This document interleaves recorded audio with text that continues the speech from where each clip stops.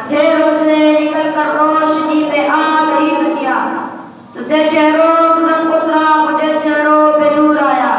حضور آئے تو انسانوں کو جینے کا شعور آیا.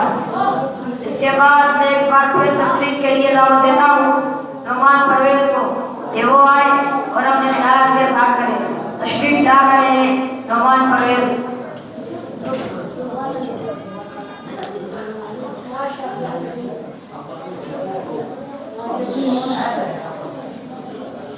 مسجد میں بیٹھا ہوا ہے, یہ گھر نہیں آتا.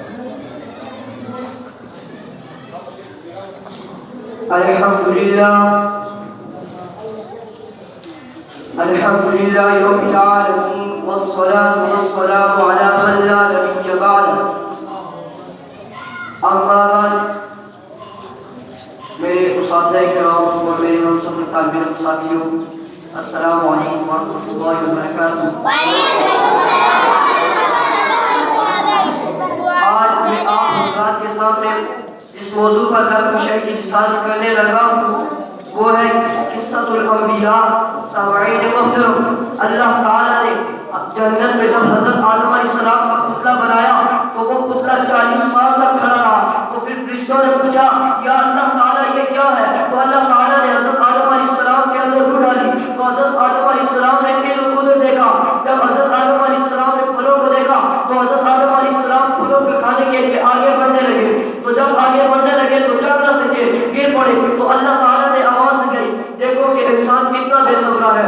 سامعین محترم, اس کے بعد حضرت آدم علیہ السلام خوشی خوشی جنت میں لینے لگے. اس کے بعد اللہ تعالیٰ نے حضرت آدم علیہ السلام کو شیطان کے سب تمام فرشتوں کو حکم دیا کہ حضرت آدم علیہ السلام کو سجدہ کرو. شیطان نے اللہ تعالیٰ سے کہا کہ میں تو آگ سے بنا ہوں اور آدم جو مٹی سے بنا ہے, میں آدم کو سجدہ نہیں کروں گا. تو اللہ تعالیٰ نے کہا کہ جا, میں تجھے اپنی رحمت سے نکالتا ہوں. تو اللہ اس وقت شیطان نے کہا کہ یا اللہ تعالیٰ مجھے قیامت تک کم پکڑنا, کیونکہ میں اور کسی مسلمانوں کی بھی جہنم میں اپنے ساتھ لے کے جاؤں گا.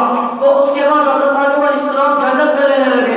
ایک مرتبہ حضرت آدم علیہ السلام کو اپنا اکیلا پن محسوس ہوا تو وہ سو گئے. کچھ دیر کے بعد اٹھے تو دیکھا کہ ان کے پاس ایک عورت کھڑی ہے. تو انہوں نے پوچھا, فرشتوں نے پوچھا کہ یہ کون ہے, اس کا نام کیا ہے؟ تو حضرت آدم علیہ السلام نے بتایا کہ ہوا, اس کا نام ہوا ہے. تو اس کے بعد حضرت آدم علیہ السلام اور ہوا دونوں جنت میں رہنے لگے.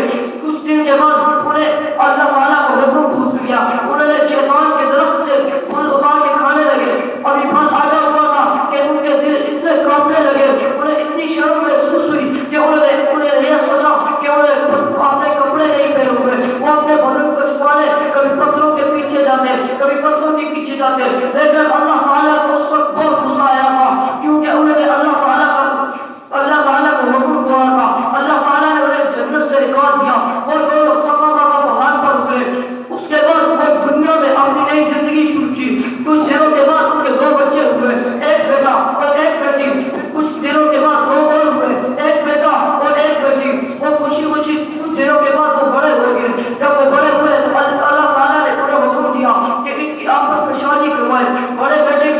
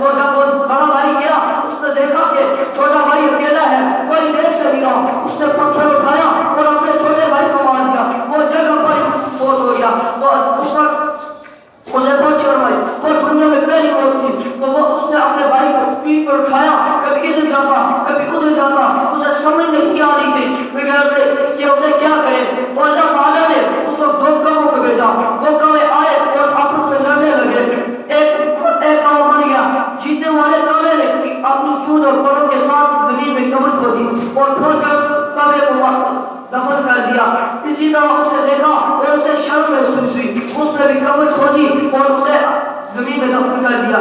حضرت آدم علیہ السلام گھر بہت پریشان ہو رہے ہیں. جب بیٹا